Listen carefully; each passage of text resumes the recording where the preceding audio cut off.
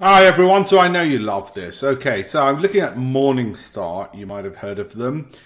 They're important in this space. They do a lot of analysis. This is what they say in terms of invest in these 11 mega cap names that have become undervalued stocks, according to them, to buy during the recent market downturn. So I've gone through these and then I've marked the ones that I happen to own. Now you might say, well, why do you care about what they think?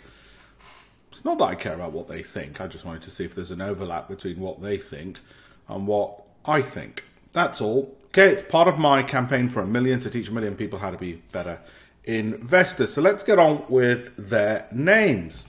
Well, the first one they came up with was Microsoft, and I own this. It's part of my quality stocks list. So there you go. That's Microsoft. Nothing big and scary there. Alphabet, similarly, full disclosure, I own it. It's still part of my quality list. And of course, they've done it on valuations.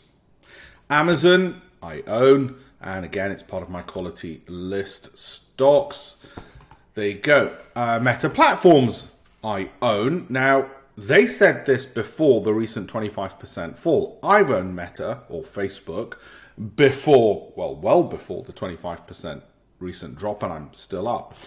Now that tells you a couple of interesting things. Well, how come neither Morningstar nor I foresaw the 25% drop? Well, because neither they nor I, and me you might excuse, but surely a big institution like them should know, neither of us have a crystal ball, neither of us engage in insider trading, as far as I'm aware, and neither of us have a time machine. So, does it just mean that we're both rubbish? Well, because we held something which dropped 25%? No, it means that we're willing to go through the noise that might occur now and again of market falls, because our time frame is, well, in my case, a 12-month holding period, then to review and renew the holdings or not. Okay, so that's Meta, and then there's Walt Disney. It's not on my approved filtered list. Adobe, I own. It's not on the current approved filtered list because that's updated every month. It didn't make that, but it is on.